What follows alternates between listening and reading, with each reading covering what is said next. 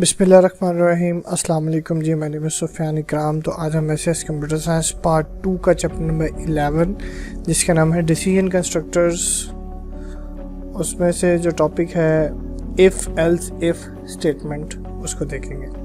अभी तक हमने जो स्टेटमेंट्स देखी थी, सबसे पहले इफ़ स्टेटमेंट देखी, फिर हमने इफ़ एल्स को देखा, उसके बाद हमने नेस्टेड इफ़ को देखा, फिर हमने एक सीक्वेंस इफ की एग्जांपल को भी देखा।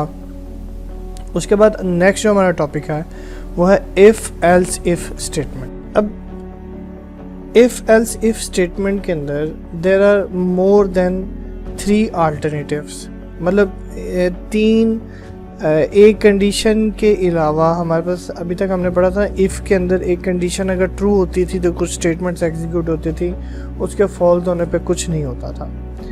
फिर हमने देखा इफ़ एल्स को, जिसमें 2 कंडीशंस थी, ठीक है, यानी एक था कंडीशन एक ही थी, पाथ 2 थे कि एक कंडीशन के ट्रू होने पे कुछ स्टेटमेंट्स एग्जीक्यूट होती थी या फिर कंडीशन के फॉल्स होने पे कुछ स्टेटमेंट्स एग्जीक्यूट होते थे। अब यहाँ पर क्या है कि हमारे पास मल्टीपल कंडीशंस आ जाती हैं इसके अंदर, तो हमारे पास जो है वो 3 से भी ज़्यादा ऐसे कह लें कि अल्टरनेटिव पाथ्स आ जाते हैं, अल्टरनेटिव स्टेटमेंट्स आ जाते हैं जिनको हम एग्जीक्यूट करवा सकते हैं इफ़ एल्स इफ़ के अंदर। तो आसान अल्फाज में कहा जाए तो इफ़ एल्स इफ़ के अंदर मल्टीपल कंडीशंस हो सकती हैं, ठीक है। It may be difficult to determine the logical structure of if statement in such situations we use if else if, यानी जहाँ पे लॉजिकल स्ट्रक्चर इफ़ स्टेटमेंट्स का ज़्यादा ख़राब होता जाता है। जैसे हमने लास्ट लेक्चर के अंदर देखा था कि सीक्वेंस इफ़ के अंदर काफ़ी सारी इफ़ स्टेटमेंट्स थी एक ही रो में, ठीक है, और काफ़ी सारी यानी 3 कंडीशंस थी। जब हमने प्रोग्राम देखा था कि जो इनपुट किया गया नंबर है वो पॉजिटिव है, नेगेटिव है या ज़ीरो है, तो उसमें हमारे पास 3 कंडीशंस थी और हर केस में तीनों की तीनों चेक हो रही थी। तो वो जो स्ट्रक्चर जो है वो बड़ा डिफ़िकल्ट हो जाता है, उसमें सीपीयू का इस्तेमाल ज़्यादा था।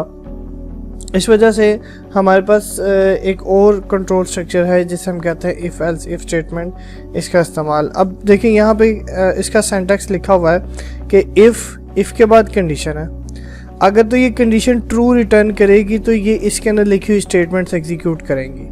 अगर ये कंडीशन ट्रू रिटर्न नहीं करती, ये कंडीशन ट्रू रिटर्न नहीं करती तो ये एल्स के केस में आएगा। अब एल्स केस में आगे फिर एक कंडीशन है। अब ये कंडीशन अगर तो ट्रू होती है तो ये लिखी स्टेटमेंट्स एग्जीक्यूट होंगी, अगर ये कंडीशन फॉल्स हो जाती है तो ये फिर मज़ीद एल्स के केस में आ जाएगा। अब यहाँ पे एक और कंडीशन है। अब यहाँ पे कंडीशन नंबर 3 जो है वो अगर तो पॉजिटिव रिटर्न करती है या ट्रू रिटर्न करती है तो हमारे पास ये स्टेटमेंट्स एग्जीक्यूट होंगी, और अगर ये फॉल्स रिटर्न करती है तो ये एल्स के केस में चला जाएगा। और इस एल्स के केस में हमारे पास कोई कंडीशन नहीं है तो ये वाली स्टेटमेंट्स एग्जीक्यूट हो जाएंगे। तो अब बात इसके सिंटैक्स को देख के ये समझ आ रही है कि ये कंडीशन ट्रू हुई तो ये स्टेटमेंट्स, नहीं तो फिर ये कंडीशन चेक होगी, ये कंडीशन ट्रू हुई तो ये स्टेटमेंट्स, नहीं तो फिर ये कंडीशन चेक होगी। अब ये कंडीशन ट्रू हुई तो ये स्टेटमेंट्स, नहीं तो फिर ये स्टेटमेंट्स। तो ये 1 2 3 4 कोड ब्लॉक हैं और इन चारों कोड ब्लॉक में से कोई एक एग्जीक्यूट होना है, ठीक है। कंडीशन 1 एग्जीक्यूट हुई तो उसका वाला एग्जीक्यूट हो जाएगा, बाकी तीनों छूट जाएंगे, वो स्किप हो जाएंगे, वो एग्जीक्यूट नहीं होंगे। अगर कंडीशन ट्रू एग्जीक्यूट हो ट्रू रिटर्न कर देती है तो फिर कंडीशन 2 के आगे लिखी हुई स्टेटमेंट्स एग्जीक्यूट होंगी, बाकी कंडीशन 1 कंडीशन 3 और एल्स वाले केस वाली जो स्टेटमेंट्स हैं वो एग्जीक्यूट नहीं होंगी। और अगर एक मिसाल है कि ये कंडीशन भी फॉल्स रिटर्न कर देती है, ये भी फॉल्स रिटर्न कर देती है, ये भी फॉल्स रिटर्न कर देती है, तो ऑब्वियस सी बात है फिर एल्स के केस में लिखी स्टेटमेंट्स एग्जीक्यूट होती हैं। अब यहाँ पे हमारे पास फ्लो चार्ट है इफ़ एल्स इफ़ का, ये बिल्कुल वैसे ही है जैसे अभी हम पढ़ के आए हैं। देखें ऊपर से जो भी हमारे पास मामला है, सबसे पहले हमारे पास कंडीशन 1 आती है। कंडीशन 1 ने या तो ट्रू रिटर्न करना है या फॉल्स रिटर्न करना है। अगर तो ट्रू रिटर्न करेगी तो कंडीशन के आगे लिखी स्टेटमेंट्स एग्जीक्यूट होंगी और हमारे पास ये सारी की सारी बाकी चीज़ों को स्किप करके नेक्स्ट स्टेटमेंट पे चला जाएगा। अगर एक मिसाल है ये कंडीशन ट्रू रिटर्न नहीं करती तो ये फॉल्स की तरफ जाएगी, फॉल्स होगा तो फिर नेक्स्ट कंडीशन चेक होगी, कंडीशन 2 चेक होगी। अगर वो ट्रू रिटर्न करती है तो उसके आगे लिखी स्टेटमेंट्स एग्जीक्यूट होंगी और हमारा प्रोग्राम आगे चला जाएगा। और अगर ऐसा नहीं होता और ये कंडीशन फॉल्स रिटर्न करती है तो ये नेक्स्ट कंडीशन पे आ जाएगी। अब ये इस नेक्स्ट कंडीशन के ट्रू रिटर्न होने पे ये स्टेटमेंट्स एग्जीक्यूट होंगी और अगर ये कंडीशन भी ट्रू रिटर्न नहीं करती बल्कि फॉल्स रिटर्न करती है तो फिर एल्स के केस में ये वाली स्टेटमेंट्स एग्जीक्यूट होंगी और हमारा प्रोग्राम आगे चला जाएगा। तो इस तरीके से हमारे पास इफ़ एल्स इफ़ स्टेटमेंट का फ्लो चार्ट भी बनाया जाता है। अब प्रोग्राम से बात समझते हैं। Program to determine that the input number is positive और नेगेटिव। पहले हमने क्या देखा था, पहले हमने तीनों इफ़ लगा के यही प्रोग्राम को देखा था जब हम सीक्वेंस इफ़ की एग्जांपल देख रहे थे। अब ये वही प्रोग्राम है और इस प्रोग्राम को हमने थोड़ा सा चेंज किया है इफ़ एल्स इफ़ के साथ इस्तेमाल करते हुए। तो हमने कहा कि हम एक इंटीजर टाइप का नंबर बनाते हैं, वेरिएबल बनाते हैं जिसका नाम रखते हैं नम। उसके बाद यूज़र को एक मैसेज डिस्प्ले करवाते हैं कि भी जो भी वो नंबर एंटर करना चाहता है वो एंटर करे।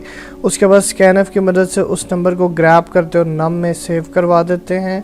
उसके बाद अब हम क्या करते हैं, कंडीशन लगी है if n is greater than 0, यानी अगर जो n कह रहा हूँ नंबर इज़ ग्रेटर दैन 0, तो अगर नंबर के अंदर मौजूद जो वैल्यू है वो 0 से बड़ी हुई तो ये प्रिंट करवा देगा नंबर इज़ पॉजिटिव। ठीक है, यानी इस परसेंटेज डी की जगह NUM की वैल्यू प्रिंट हो जाएगी और आगे लिखा आएगा इज़ पॉजिटिव। ठीक है जी। तो और अगर ये ट्रू रिटर्न करता है और नंबर वाकई ही पॉजिटिव है तो फिर ये कंडीशन चेक नहीं होगी, ये कंडीशन चेक नहीं होगी, बल्कि बस यहीं पे प्रोग्राम रुक जाएगा और एंड हो जाएगा। अगर एक मिसाल है कि हमारा नंबर पॉजिटिव नहीं बल्कि नेगेटिव था तो क्या होगा कि यहाँ से ही नम इज़ ग्रेटर दैन 0 वाली कंडीशन ही फॉल्स हो जाएगी और वो एल्स के केस में फिर इस कंडीशन को चेक करेगा। ठीक है, अब ये कंडीशन चेक होगी, अगर तो ये कंडीशन ट्रू हुई तो ये एग्जीक्यूट होगा और अगर ये कंडीशन फॉल्स हो गई तो फिर ये एग्जीक्यूट होगा। ठीक है, तो इस तरीके से हम बेसिकली नंबर्स को चेक कर रहे होते हैं कि वो पॉजिटिव है या नेगेटिव है और इस तरीके से हम इफ़ एल्स इफ़ का इस्तेमाल कर रहे होते हैं। अच्छा, अब इसमें दो बातें हैं जो मैंने आपको रिमाइंड करवानी है। एक बात रिमाइंड करवानी है और एक बात नहीं बतानी है। रिमाइंड करवाने वाली बात यह है कि आप देख रहे हैं कि यहाँ पे इफ़ के आगे कोई ओपनिंग कर्ली ब्रेस और क्लोजिंग कर्ली ब्रेस नहीं लगी हुई। यहाँ पे भी ओपनिंग और क्लोजिंग नहीं लगी और यहाँ पे भी ओपनिंग और क्लोजिंग नहीं लगी हुई। अब इसकी वजह आप ज़रा सोचें, क्या आपको वजह समझ आती है? अगर समझ आती है तो वेल एंड गुड, नहीं तो मैं आपको याद करवाता चलूँ कि मैंने जब इफ़ स्टेटमेंट्स के बारे में पढ़ाया था तो मैंने बताया था कि अगर इफ़ या एल्स के अंदर सिर्फ एक ही स्टेटमेंट हो तो हम कर्ली ब्रेसेस ना भी लगाएं तो काम चलेगा। ठीक है, लेकिन अगर हमारे पास एक से ज़्यादा स्टेटमेंट्स होंगी तो फिर कर्ली ब्रेसेस का लगाना ज़रूरी हो जाता है। तो अभी चूँकि यहाँ पे इफ़ स्टेटमेंट और एल्स के अंदर सबके ना एक एक ही स्टेटमेंट लिखी हुई है तो इसलिए बग़ैर कर्ली ब्रेसेस के भी हमारा काम चलता जा रहा है। और दूसरी बात ये है कि हम जितनी मर्ज़ी एल्स इफ़ का इस्तेमाल करें, मतलब यहाँ पर देखें तो एक कंडीशन फिर एल्स इफ़ फिर एल्स इफ़, ठीक है, दो एल्स इफ़ का इस्तेमाल हो रहा है। एक इफ़ की कंडीशन, एक इफ़ के अंदर कंडीशन लिखी, एल्स के बाद फिर दूसरी कंडीशन, फिर एल्स के बाद तीसरी कंडीशन। तो हम जितनी मर्ज़ी चाहें एल्स इफ़ कंडीशंस लगा सकते हैं। ठीक है, लेकिन एक बात जहन में रहे कि शुरू में इफ़ और एंड पे एल्स लाजमी आएगा। ठीक है, ऐसा नहीं हो सकता कि आप जनाब आखिरी जो लिख रहे हैं स्टेटमेंट उसमें जनाब एल्स इफ़ लिख के तो यहाँ पर एंड कर दें। नहीं, एंड पे एल्स अकेला आना ज़रूरी है। ठीक है, तो इस बात का ख़ास ख्याल रखिएगा। थैंक यू वेरी मच जी। अपना और अपने डियर वालों का ख्याल रखिएगा और मेरा यानी सुफियान इकराम का सलाम पहुँचाइएगा। अल्लाह हाफ़िज़।